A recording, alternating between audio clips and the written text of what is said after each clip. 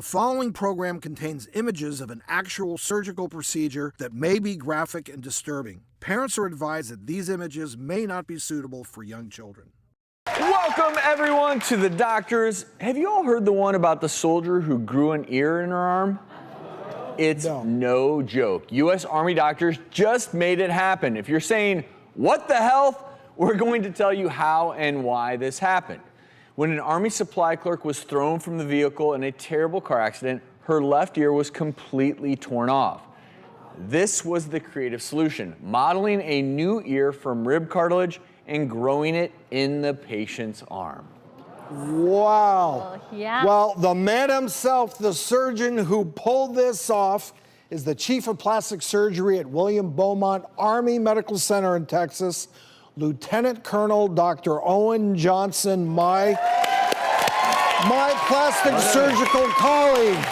He's joining us now via Skype from a deployment in Kuwait. This guy doesn't stop giving.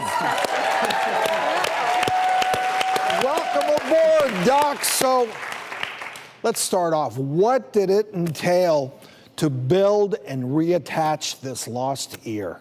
You know, it was a 3-stage operation, totaling 24 hours of surgery.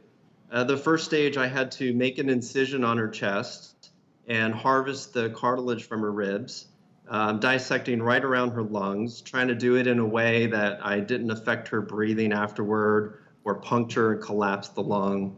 I had to shape the cartilage. It's almost like the consistency of soap, so it's like you're making a soap sculpture. I actually used her other ear as a template. I kind of mirror imaged it and designed it by hand and made a new framework to kind of look like her other ear.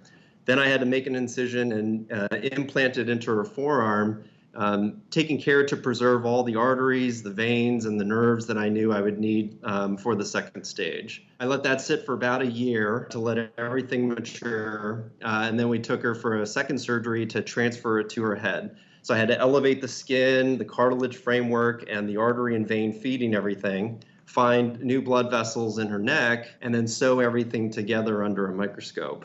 Wow. Clearly not a first-year residence case. No, I mean, this not really is the ultimate combination of surgery and art at its best, because you know the external ear is so complex, different planes, different levels, all curves. To recreate that is truly an artistic event. So we understand first time that this has been attempted by the military, correct?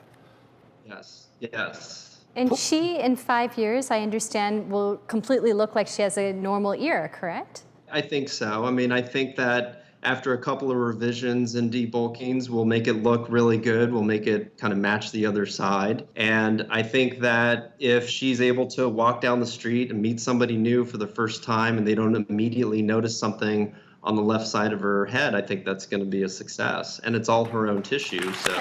Well, and Dr. Johnson, I think it's really important, so cool, that she's going to be able to hear perfectly normally, correct?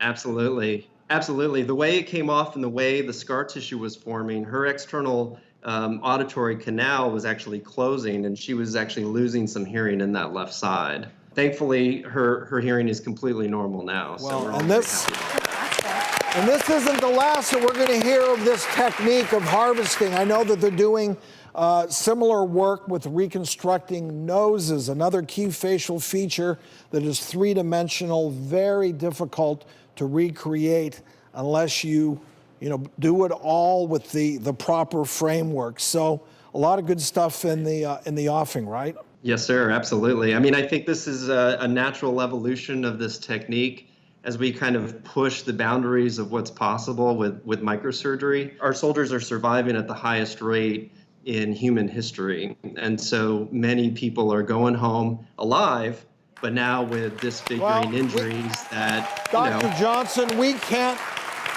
thank you enough for your work taking care of our men in combat. One last question. Did you know this guy in medical school at the University of Virginia? Yeah, he's 1 year ahead of me, actually. He was a year ahead. How did you not notice a guy that... Yeah, this was many, many years ago, but Dr. Johnson must say very proud of the work you've done. Fantastic.